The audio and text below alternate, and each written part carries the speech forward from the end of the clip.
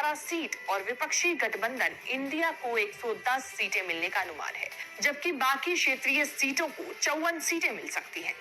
यानी कहने का मतलब ये हुआ कि 17 राज्यों की 282 सीटों में से 164 सीटें विपक्षी गठबंधन और अन्य क्षेत्रीय दलों के खाते में जा रही हैं। अब हम आपको दिखाते हैं राज्यवार सर्वे, किस राज्य में किसको कितनी सीटें मिल रही हैं। इंडिया टीवी सीएनएक्स के ओपिनियन पोल के मुताबिक मध्य प्रदेश की 29 सीटों में से बीजेपी को 25 सीटें मिल सकती हैं। पिछले चुनाव के मुकाबले 3 सीटों का नुकसान हो रहा है, जबकि कांग्रेस 4 लोकसभा सीटें जीत सकती है। इसका मतलब कांग्रेस को 3 सीटों का फायदा हो रहा है।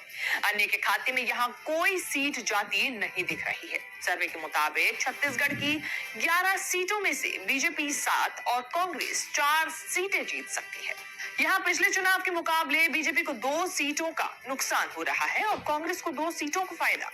राजस्थान की बात करें तो राज्य की 25 लोकसभा सीटों में से बीजेपी 23 सीट जीत सकती है और कांग्रेस को 2 सीटें मिलने का अनुमान है।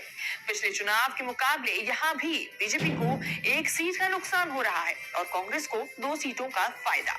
3 राज्यों के जो सर्वे हमने आपको दिखाए, इसमें एक चीज आपने गौर की होगी कि ये बीजेपी की सीटें कट रही हैं और कांग्रेस को पहले के मुकाबले फायदा होता नजर आ रहा है।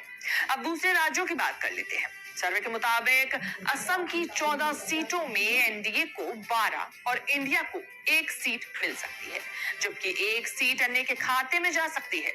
इसके अलावा नॉर्थ ईस्ट की 6 अन्य राज्यों की 11 लोकसभा सीटों में से एनडीए को 8 और इंडिया को 3 सीटें मिल सकती हैं। कर्नाटक की बात कर लेते हैं तो कर्नाटक राज्य की 28 लोकसभा सीटों में से बीजेपी को 16 सीटें मिलने का अनुमान है, जो कि पिछले चुनाव में जीत से 9 सीटें कम है। वहीं सर्वे के मुताबिक कांग्रेस 10 सीटें जीत सकती है। पिछले लोकसभा चुनाव के मुकाबले कांग्रेस को सीधे 9 सीटों का फायदा होता दिख रहा है। इसके अलावा जेडीएस के खाते में 2 सीटें जा सकती हैं। तेलंगाना की 17 सीटों में से बीजेपी को 6 सीटें मिलने का अनुमान है, जो कि पहले के मुकाबले 2 ज्यादा है। वहीं बीआरएस को 8, कांग्रेस को 2 और एआईएमआईएम को 1 सीट मिल सकती है। सर्वे के मुताबिक आंध्र प्रदेश की 25 सीटों में से वाईएसआर कांग्रेस पार्टी 15 सीटें जीत सकती है। टीडीपी 10 और यहाँ बीजेपी और कांग्रेस को 1 भी सीट मिलती हुई फिलहाल नजर नहीं आ रही है। केरल की 20 सीटों में से एलडीएफ को 4 और यूडीएफ को 16 सीटें मिलने का अनुमान है। एनडीए को यहाँ भी 1 सीट नहीं मिल रही। इंडिया टीवी सीएनएक्स के ओपिनियन पोल के मुताबिक तमिलनाडु की 39 लोकसभा सीटों में से डीएमके को 21 और एआईएडीएमके को 6 सीटें मिलने का अनुमान है। सर्वे के मुताबिक कांग्रेस यहाँ 7 सीटें जीत सकती है।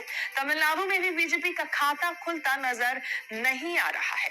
अब पश्चिम बंगाल और उड़ीसा की बात कर लेते हैं। पश्चिम बंगाल की 42 सीटों में से टीएमसी को सबसे ज्यादा 30 सीटें मिलने का अनुमान है, जबकि बीजेपी को 10 और कांग्रेस को 2 सीटें मिल सकती है। लेफ्ट को 1 भी सीट नहीं मिल रही है।